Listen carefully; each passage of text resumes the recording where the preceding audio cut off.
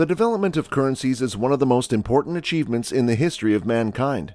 After all, it is what made monetary trade and thus the building of civilizations possible. The origin of this fascinating invention can be traced far back into human history. Take a look at financial history with us and immerse yourself in the exciting development from the first barter transactions all the way to innovative digital currencies. Trading with money. What we take for granted today and continue to develop through digital technologies is based on the trivial mechanism of barter. This type of business is the origin of trade and functioned entirely without currencies.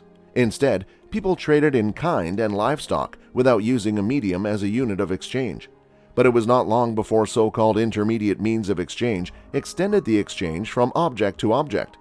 Valuable goods such as tools and shells were henceforth used, at least on a regional level, as a kind of common denominator to compare the value of different things.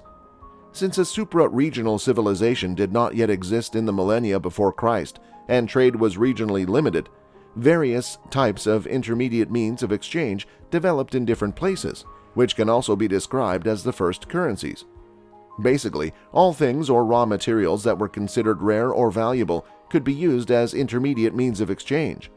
While around 2000 BC, the first currency appeared in the form of precious metals, more precisely silver ingots, the Aztecs preferred cocoa beans as their original currency. In the centuries before Christ, several peoples independently developed small objects made of iron and bronze as a means of payment. Among the Lydians, who were settled in what is now the country of Turkey, small discs of metal became established as a means of payment around 650 BC. These were already amazingly close to the coins known from today. About 100 years later, the first coinage system in the classical sense had developed. For the first time ever, the small metal discs were minted and their weight and value were standardized. The coins on which a royal coat of arms and the designation of their value were engraved were used throughout the entire territory of King Croesus of Lydia. In Greece and Rome too, the first silver coins with standardized weights were introduced at almost the same time. In contrast to the coins in use today, their value corresponded exactly to the weight of the precious metal from which they were made. The introduction of currencies made of precious metals made trade easier and more universal. After all, the minted coin was effective over a wide range. The uniform weight also made it easy to count. However, the major problems of metal currency quickly became apparent due to the steadily growing volume of trade. The high intrinsic weight of the metals ensured that large fortunes were particularly heavy and could hardly be transported.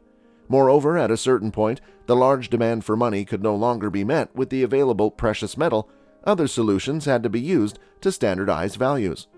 Salvation came with an invention from China and was discovered by Marco Polo during his expeditions as well as imported to Europe.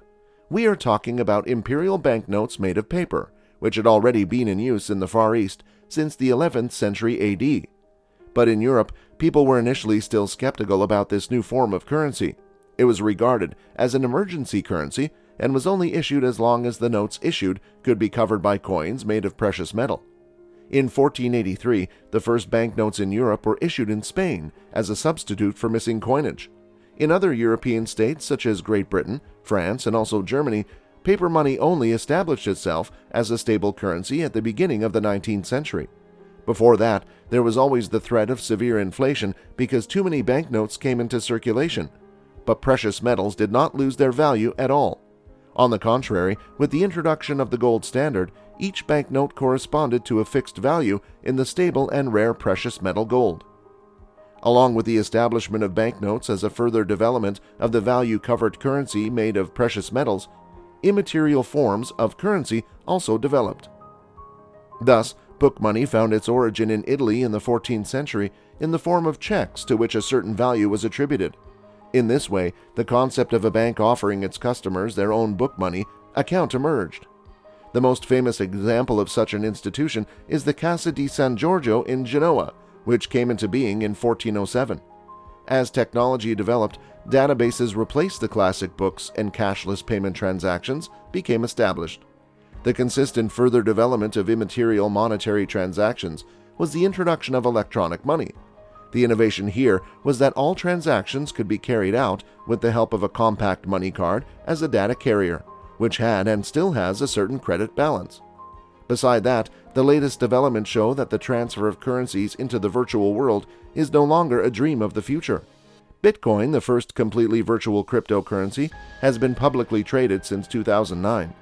Bitcoin and similar cryptos are currencies that are based on a decentralized payment system and are mostly cryptographically secured. The concept underlying cryptocurrencies is that of the blockchain. This is a chain of data records consisting of data that is switched off one after the other and can hardly be manipulated, which records and describes all transactions that have taken place. We can be curious when and to what extent this new technology will establish itself on the currency market, and whether it can even make the known payment system obsolete. Now, it's your turn. What fascinated you most about the history of currencies, and which step in the historical development did you find particularly interesting? Share it with us in a short comment, and also subscribe to the channel so that you don't miss any more exciting history videos. See you next time!